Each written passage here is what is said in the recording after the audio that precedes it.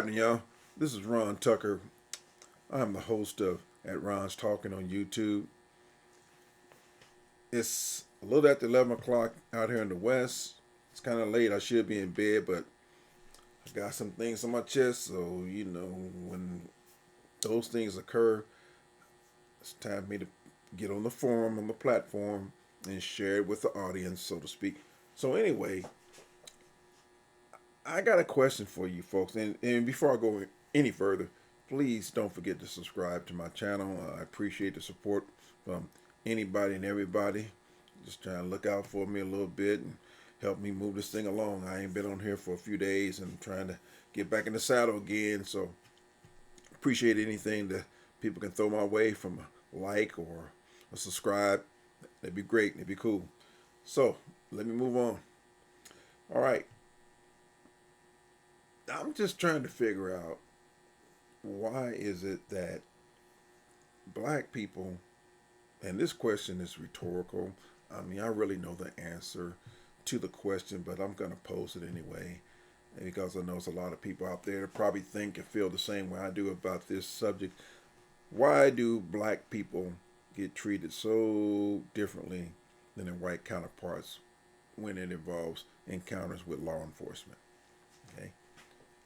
And what I'm really talking about is, it seems that, and I've seen it so many times on videos, on TV and whatnot, that if a black person is stopped by the police, or they're confronted with, confronted by the police rather, there's only so much that we better say to law enforcement, or else it's a different outcome than my white counterparts.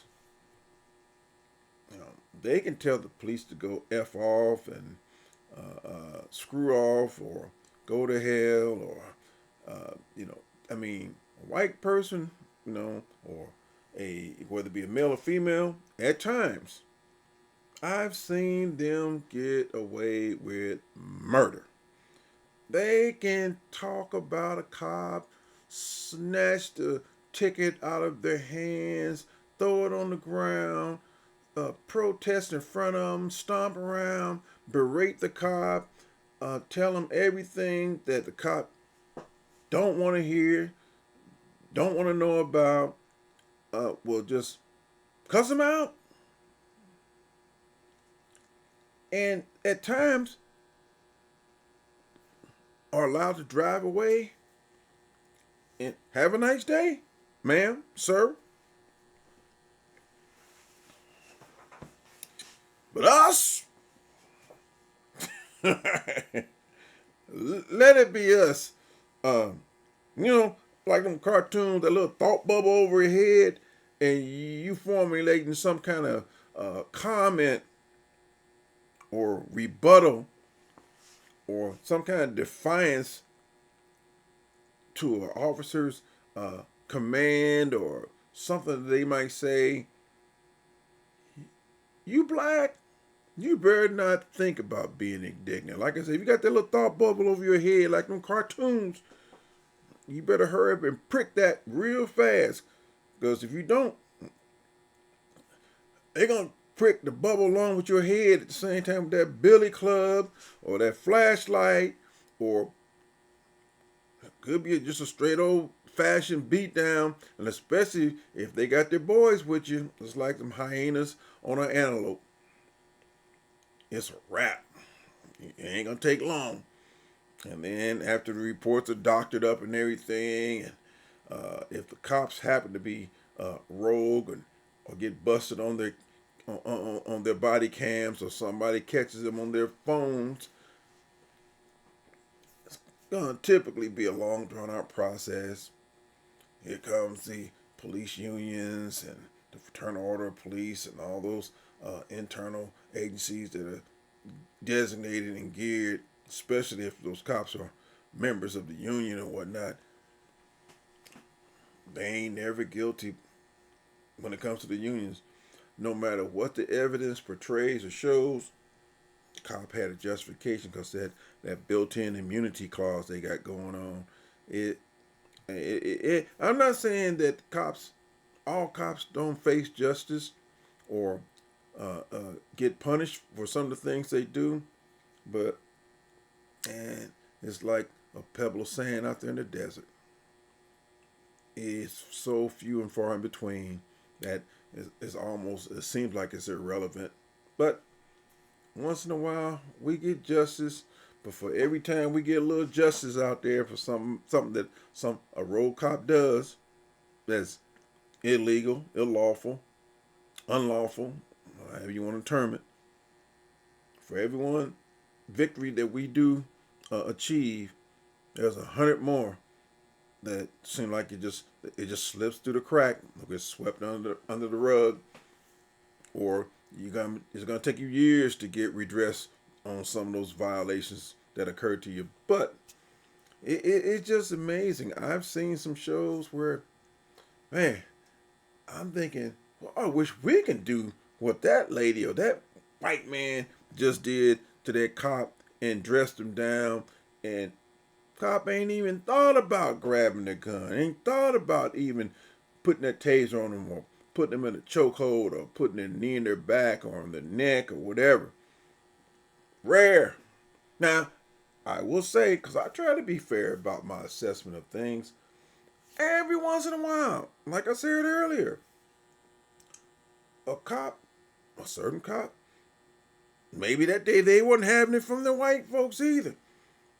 And they tightened them up, took care of the problem, didn't let them go too far. But that's definitely a rarity. It's definitely not the norm when it comes to us. So I say all this to say that Tyreek Hill, NFL player for the Miami Dolphins, wideout, he got kind of roughed up today, right before the Miami Dolphins game with the Jacksonville Jaguars in Miami. And I'm going to try to make this as brief as possible about what happened. If you don't already know, it's been one of the top sports stories, if not news stories, around the country right now. He allegedly was speeding in his, I don't know what type of vehicle he was driving. I saw the vehicle, but I couldn't tell whether it was a souped-up Corvette or a Ferrari or whatever. Anyway, it costs a lot more than the vehicles I drive, that's for sure. And his doors go up like that.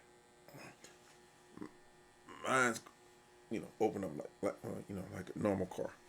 So anyway, Tyreek was allegedly speeding, and because he didn't roll his tinted windows down for the cops, they threatened to bust his window open. And when they finally got him to open up the door, I guess, they went on and dragged him out. Now, this is for a traffic citation or violation, rather. And they dragged him out, put him on the ground, cuffed him. He had about, I think, 2 hours before the game was supposed to start. Now, I'm not advocating or saying he should have got preferential treatment because he's an NFL player. Nah, that ain't got nothing to do with it, really. Not in my mind. But it's just another individual that, to me, was being treated kind of unfairly. Now, some of the other people on the other side of the fence are saying, oh, well, he should have complied. He should have done this from the get-go. He should have rolled his window down from the get-go. That may be true. But at the same time, if y'all got the door open from this gentleman and he's sitting there, he ain't posing no threat to you, but you got to go ahead and put that Gestapo tactics and moves on him and get him on the ground. Then here comes, as usual, just like on cue, here come Samurai Sam, the Johnny Come Lately copter. Like I said in one of my other videos about the same kind of similar situation when this black guy got kicked in the head after he was complying. So this cop comes into the picture and puts a boot to Tyreek Hill. He goes down. So the long story short, Tyreek was handcuffed, roughed up a little bit. They eventually released him. But the question was, all that necessary to issue a citation to somebody? I've seen on TV once again shows, proof And all you gotta do is look at some of those shows, videos they show on YouTube every night, every day. White folks who sit there and take a day to get out their vehicle. White women who sit there and carry on a dialogue with them cops like they long lost friends, and she ain't never trying to get out their vehicle until they finally, after about 20 minutes, pull her out. Maybe. Or the white guy who cusses the cops out and they thank him for it, basically. And every now and then they get yanked too, but it's like they can do it for damn near a half hour through the video. Real life black people, I'd advise you, don't even think about it. Don't even try it. It ain't gonna work. If you lucky, you might get away with, let's see, 3 minutes, maybe. That's on the long end. You ain't gonna get the same kind of consideration. So anyway, that was about Tyreek, and it's just been a remarkable and crazy week with the shootings in Georgia, the Appalachia High School, I believe that's how you pronounce it, and other shootings after that. It's been shootings all over the place. We can't even, as a country, our Congress would rather hold hearings about Hunter Biden's tax returns and Hunter Biden's guns, Hunter Biden's laptop, and hearings about ways to impeach Joe Biden just because Trump got impeached a couple times. They can have hearings about everything and anything that's not irrelevant, no one really cares about but them on that Republican side, those right wingers. But when it comes to students, whether it be young kids or teenagers, getting their faces blown off, teachers, students, it's a shame that you got people who, and I'm trying to carefully word the things I said, so I'm going deliberately slow, folks, because I just want to express myself as carefully as possible. It's really sad and it's sickening that in America we got so many people, whether it be the government, and when I mean the government, I'm talking about the Congress and the Senate, and then you got citizens who say also, they trying to take away our Second Amendment rights.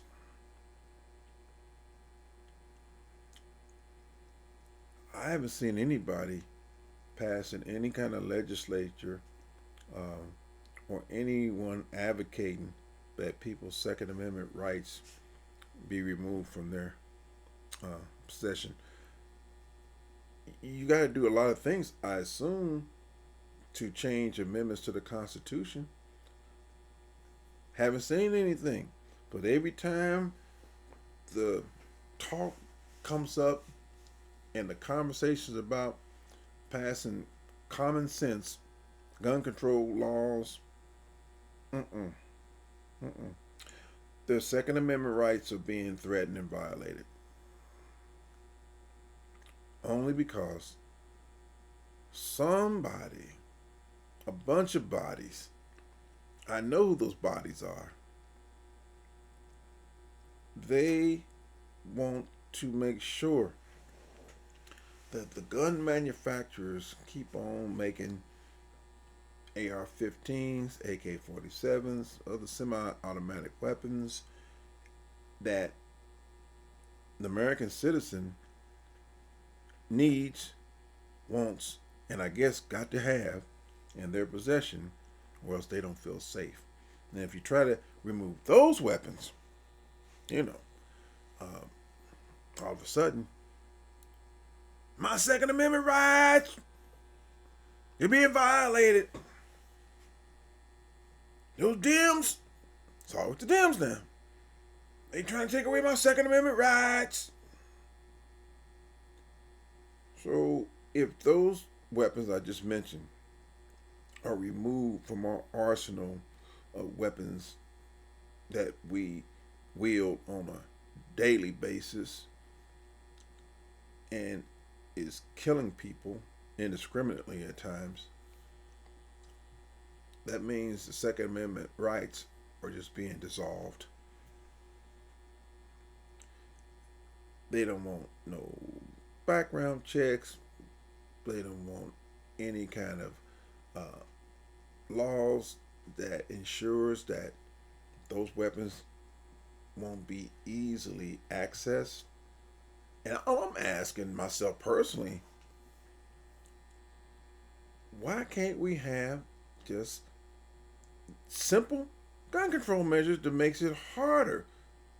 It's not going to eliminate people from accessing some of these weapons that I'm talking about that they shouldn't have, but at least put something on the books to give the American people, for once, an indication that Congress and Senate, you're trying to do something for the American public and for our safety. But I know all we got to rely on is our thoughts and prayers are with you. Our thoughts and prayers. Here it comes. Every time a shooting goes, and the dry in the place. Our thoughts and prayers are with you.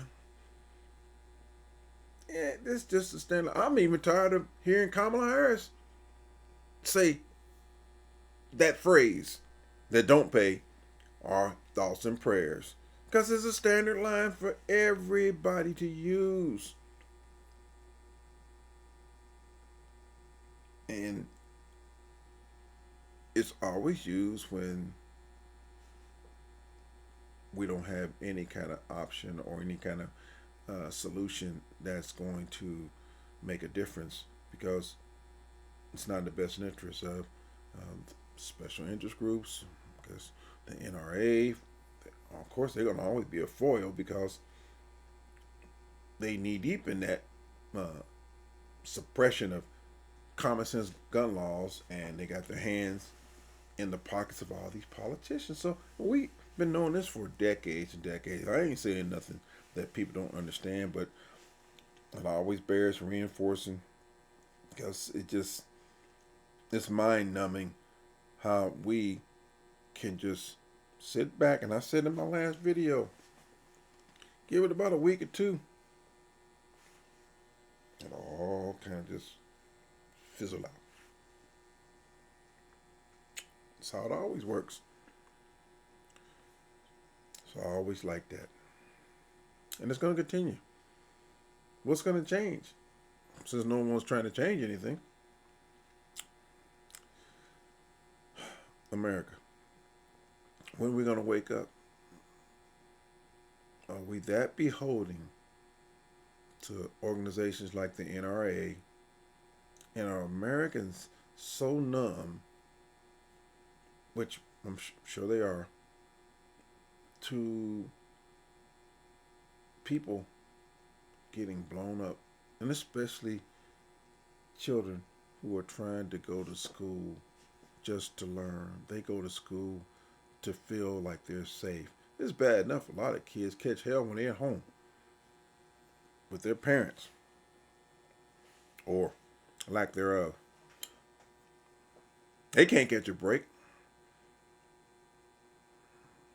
But us adults, as people who have the power to make something happen, to make a change, to keep these kids relatively safe, at least if you're not going to really put your heart into it, damn, at least fake it and pass some legislation that you're probably not going to really enforce, but at least you took a step in the right direction. You can at least say for once in this Congress that we tried to do something instead of holding all these sham hearings about everything from how come the M&M's lady is wearing uh, stilettos, or she got on different clothes, or some other kind of stupid, inane things that they focus on that has nothing to do with anything. It's just, anyway. So, I'm going to try to keep this brief tonight, but got to touch base on the upcoming debate. It says about another 19 hours from now, especially on the East. Tick tock, tick tock, tick tock. It's coming. It's going to be an interesting debate tomorrow night. I'm just I'm really excited about the prospect of seeing how it all unfolds, like most people, I'm sure are. I don't know. I can just about bet big money on what I think is going to happen tomorrow. And one thing for sure, I know Donald Trump, and anybody can bet me on this, Donald Trump's going to lie. The question is, probably with the bookies in Vegas, how often, how deep, and how long will he tell some good ones? Now, we base a lot of things on past performances and past history that kind of dictates what the future is going to be. Ain't no way in the world. If Donald Trump don't tell a minimum 5 lies, I might pass out. And the 5 he tells, it ain't gonna take long. It's not gonna take long for him to fire them off. That's probably just gonna be a warm up for him. Because once he start trying to really get him to explain himself in depth, you can forget it. It's over. It's over. We've all seen the act before. We know the drill. You can best believe once the things start getting hot and heavy, might not take too long. He gets cornered. That's when it's gonna start popping. It's gonna start happening. He's gonna start unraveling. And if you don't believe me, a lot of you people have already heard that little. It wasn't so much an interview when he was at that luncheon or whatever, all those rich folks. And I think it was last week when this one lady posed a question to him about the child tax care credit and how he's going to handle it, and wanting him to explain what he was going to do to affect it and make it happen.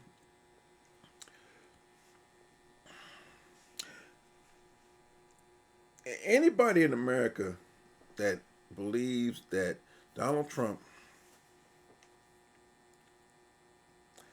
is somebody that is cognizant of where he's at, is competent in his abilities to lead this country, and knows exactly what he's talking about and how he's going to get things done. For all you that have heard this before, I apologize. But for those of you who really haven't delved into it, I'm going to read off a manifesto of madness from Donald Trump. This is how, I don't know if he's going to perform like this at the debate. I hope he does. Now, this is word for word when this lady asked him about how he was going to commit to prioritizing legislation to make child care affordable, and if so, what specific legislation he would advance. Here we go. Well, I would do that. And we're sitting down, and I was somebody. We had Senator Marco Rubio, and my daughter Ivanka was so impactful on that issue. It's a very important issue, but I think when you talk about the kind of numbers that I'm talking about, that because look, child care is, couldn't you know there's something, you have to have it in this country, you have to have it. But when you talk about those numbers compared to the kind of numbers that I'm talking about, by taxing foreign nations at levels that they're not used to, but they'll get used to it very quickly, and it's not going to stop them from doing business with us, but they have a very substantial tax when they send product into our country. Those numbers are so much bigger than any numbers that we're talking about, including child care, that is going to take care. We're going to have, I look forward to having no deficits within a fairly short period of time, coupled with the reduction that I told you about on waste and fraud and all the other things that are going on in our country, because I have to stay with child care. I want to stay with child care, but those numbers are small relative to the kind of economic numbers that I'm talking about, including growth. But growth also headed up by what the plan is that I just told you about. We're going to be taking in trillions of dollars, and as much as child care is talked about as being expensive, it's, relatively speaking, not very expensive compared to the kind of numbers we'll be taking in. We're going to make this into an incredible country that can afford to take care of its people, and then we'll worry about the rest of the world. Let's help other people, but we're going to take care of our country first. This is about America first. It's about make America great again. We have to do it because right now we're a failing nation, so we'll take care of it. Thank you. Very good question. Thank you.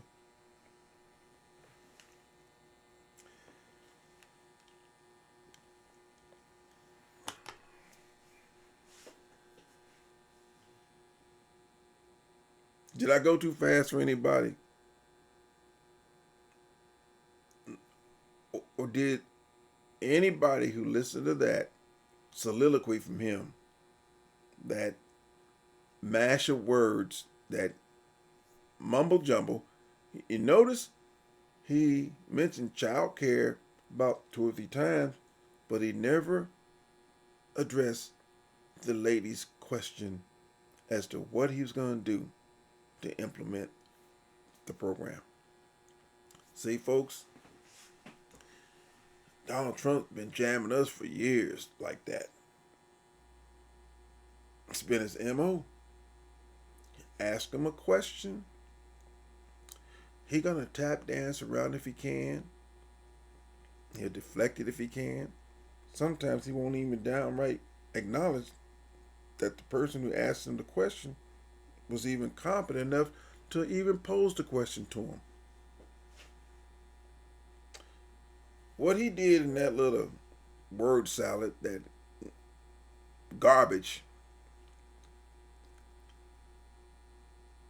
Trump gets himself in trouble because a lot of people said the same thing that I've said about him for a long, long time. He don't know when to shut his mouth.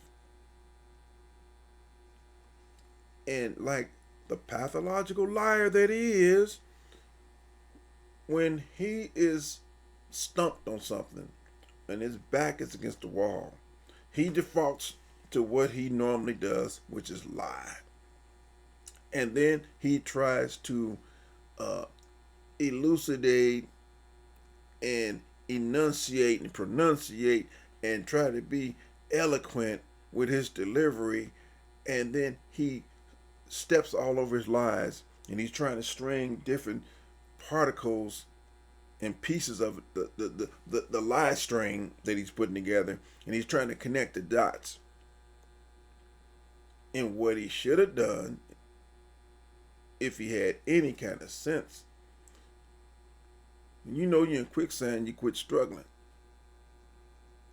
You may go under, but you won't go under as quick. He tried to explain the unexplainable because he didn't have a clue as to what the hell he was talking about. And those people, I saw the question being posed uh, on social media in its actual form, and I was watching the people on that panel that was looking at him, and I know they must have been thinking, this dude is a blithering idiot. I mean, that mumble jumble that he was talking about, he skirted and danced around the whole issue, and Trump, he tends to exhaust people because he knows if he talks a lot, lies a lot, but still tells them nothing, they're too tired to even try to challenge him. Because they're like, the hell did he just say? Forget it. And he's cool with that. Now that's what he did during the Biden debate.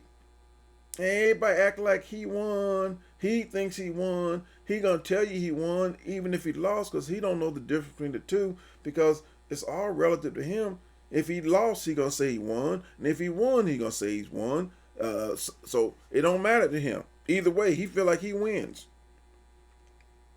In that Biden debate, Biden stumbled, but still talked policy to the best of his ability that day or that evening. And Trump just sat back and watched him stumble. But he knew, I ain't got to do nothing but keep on lying like I've been for the last hour. I win by default. Ain't gonna happen like that tomorrow night. At least I don't think it will. But even if he happens to win that debate tomorrow, just that little snippet that I read to you folks, if that doesn't give you an indication of the sheer, utter ignorance of this man, his unfettered incompetence that he displays on a regular basis, and it's so interesting that the media hasn't even thought about trying to take Trump to task. And where's all the articles and all the pushback on everything he's been saying at these rallies for the last 3 or 4 weeks? That man has been a walking disaster when it comes to expressing himself. Hell, he even called Elon Musk yesterday Leon. Ain't hardly heard a peep by the media about it. But when Joe Biden was slipping here and there once in a while, oh, it was breaking news.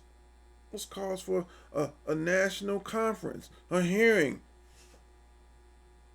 But Trump does this multiple times every day, and he never gets held accountable. Well, they talk about it a little bit, but that's Trump. No, he's privileged. He always gets a pass. That's the way it rolls. So, anyway, it's getting late. I'm not going to hold anybody too long.